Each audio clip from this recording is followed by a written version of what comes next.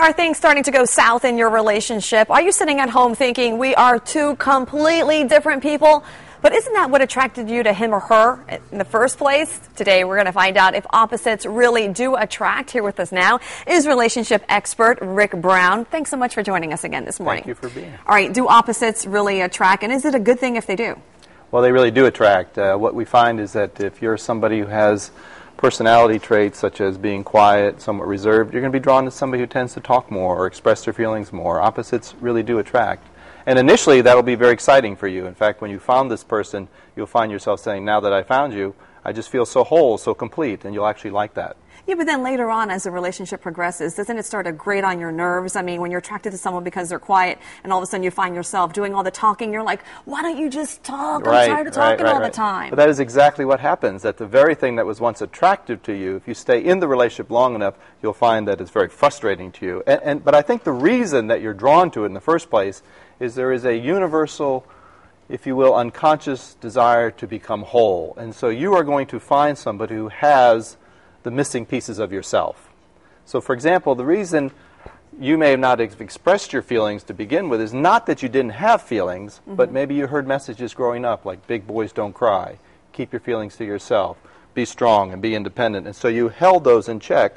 You're going to marry somebody or be attracted to somebody who tends to do that quite naturally. And you're going to love that initially, and then they're going to want you to express your feelings, and you're going to feel frustrated by that. All right, so how do we continue to make it all work? Well, you have to recognize that there is a reason that you're in that relationship to begin with, and that is to grow and to become all that you were really meant to be. So it's not to say that you're that way and I'm this way and never the two shall come together. I have to learn, for example, how to express my feelings or how to share more of myself, and that is what will help me to complete myself. Rick, is there one attribute that is detrimental to a relationship that could really ruin a relationship if you're completely on opposite ends here?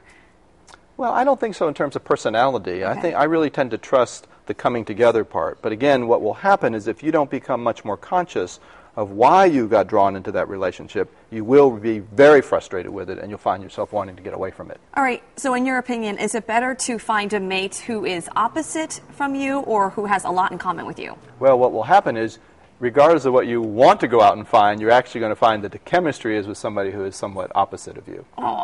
Yeah. So you can't, if you are just going to find that. It's just going to happen that way. Opposites do attract, and it's a good thing, right? It is a good thing, because really it's calling you to become all that you were really meant to be. That is the exciting thing about relationships. That, I think, is the exciting thing about marriage, that it really is that one unique relationship where you can truly become all that you were really meant to be. Keeps things spicy. All right, Rick Brown, head of the Institute for Relationship Therapy. Thanks so much for coming in. For more on Rick Brown, just visit our website, myfoxorlando.com. Click on Mornings, then Good Day.